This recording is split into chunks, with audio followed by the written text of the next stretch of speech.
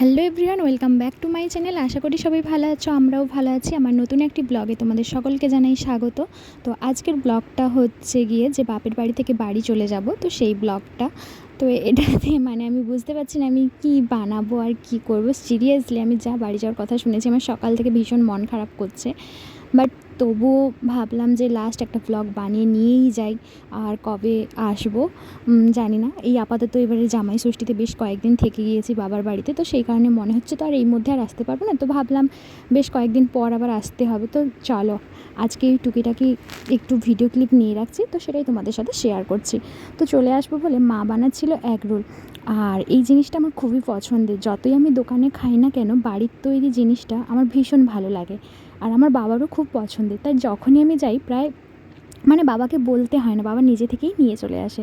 তো চলে আসবো বলে বাবা আনছিল মাংস, আর মা মাংস রান্না করছে।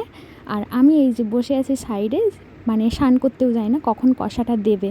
তো যদিও মা কষাটা দিয়েছে, আমি আবার বসে আছি, বলছে আমাকে দুটো ভাত দাও।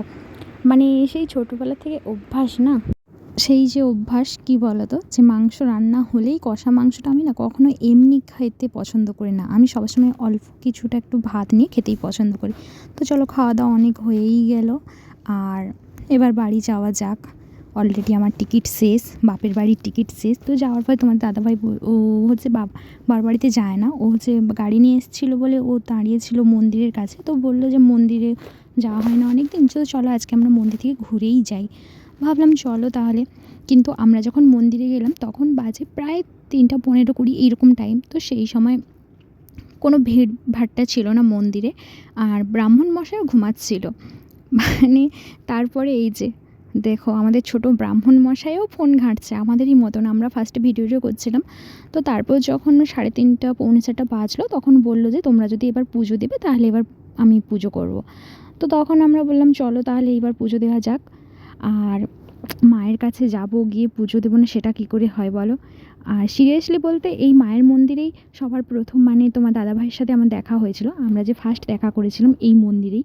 তো আমরা যখনই সম্ভব, ধরো আমাদের বাড়ি থেকে তো আর যখন তখন যাও বললে যাওয়া হয় না, কারণ অনেকটা দূর, যে হুট করে মনে করবো যাব তো সে যাওয়া হয় না। তো সেই কারণে আমরা যখনই বাবার বাড়ি যাই, হয় দুজনে একসাথে গিয়ে পুজো দিয়ে আসি, আর না হলে ও যদি নাও যেতে পারে আমি একা থাকলে গিয়ে পুজো দিয়ে আসি মায়ের সাথে। তো তারপরে আর কি অনেক ফটোশ্যুট হলো। যদিও আমার ফটোশ্যুট হয় না, আমি একটা ভিডিও বানিয়েছিলাম। তোমাদের দাদাভাই ফটোশ্যুট করছিল, আমার একটা বন্ধু আসছিল দেখা করতে। তো ও আমাদেরও একটা ফটো তুলে দিয়েছে, আর আমাকে উনি বাবু ফটো তুলে দেয়নি, উনি নিজেই ভিডিও ফটোশ্যুট সবই করেছে। তো আমার আর দুঃখ কষ্টের কিছু লাভ নেই, কারণ আমি একা একাই দুটো ভিডিও বানিয়ে নিয়েছিলাম। আর তারপরে আর কি পূজা আর্চা হয়ে গেল। তো চলো এবার বাড়ি যাওয়া যাক। অনেক ঘোরাঘুরি, বাপের বাড়ি, খাওয়া দাওয়া সবই হয়ে গেছে।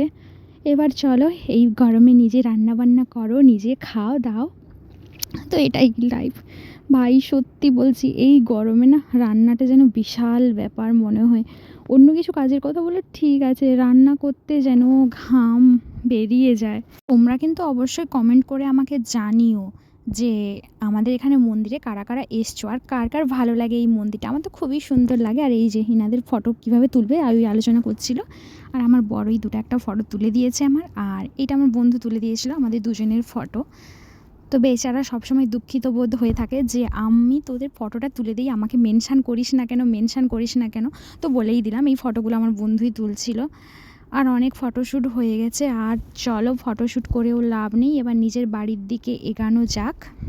সত্যি কথা বলতে কি জানো তো, জানি না কেন যা সকাল থেকে শুনেছি বাড়ি আসবো, হঠাৎই কেমন মন খারাপ হয়ে গেল।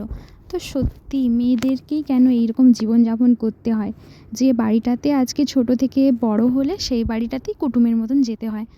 তো হঠাৎই এটা ভেবেই গাড়িতে আসতে আসতে আমার মুডটা পুরো খারাপ হয়ে গেছিলো। তাই মুখটা দেখেই বুঝতে পারে মুডটা পুরো শুকনো। জানি না তোমাদের কার কার এইভাবে ফিল হয়, অবশ্যই কমেন্ট করে জানিও। আর আজকের ব্লগটা আর বাড়াচ্ছি না, এখানেই শেষ করছি। সবাই ভালো থেকো, সুস্থ থেকো, টাটা।